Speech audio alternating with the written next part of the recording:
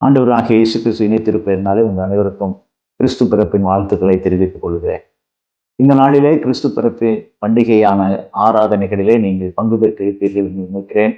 கிறிஸ்து பிறப்பை குறித்த அநேக செய்திகள் உங்களுடைய திருச்சபைகளிலே உங்களோடு கூட பகிர்ந்து கொள்ளப்பட்டிருக்கும் என்றும் நான் நம்புகிறேன்.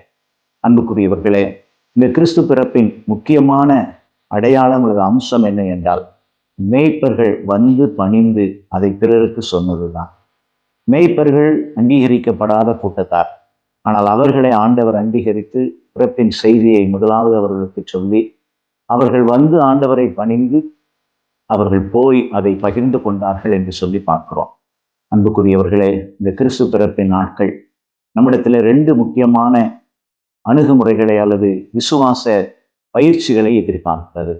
ஒன்று, ஆண்டவரை பணிந்து கொள்வோம். பணிந்து கொள்வோம் என்பது முழுவதுமாய் சரணாகதி அடைந்து விடுதல் என்ற அர்த்தத்திலே நாம் புரிந்து கொள்ள வேண்டும். ஆண்டவருடைய சமூகத்தில் நம்ம முழுவதுமாய் அர்ப்பணித்து விடுவோம். அது மட்டுமல்ல, ஆண்டவரை பணிதலின் அடுத்த பக்கம் என்ன என்றால், ஆண்டவருடைய வல்லமையை, ஆண்டவருடைய சிறப்பை பிறரோடு பகிர்ந்து கொள்ளுதல்.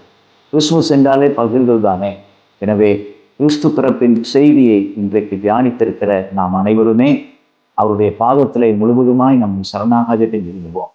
அவருடைய அன்பை அனுபவித்திருக்கிற நாம் அவருடைய அன்பை பிறருக்கு வார்த்தையினாலும் வாழ்வினாலும் விவரித்து சொல்லி, இந்த அன்பை மற்றவர்களும் ஏற்றுக்கொள்ளக்கூடிய கருவிகளாக நாம் பயன்பட ஆண்டவர் நம்மை அழைக்கிறார்.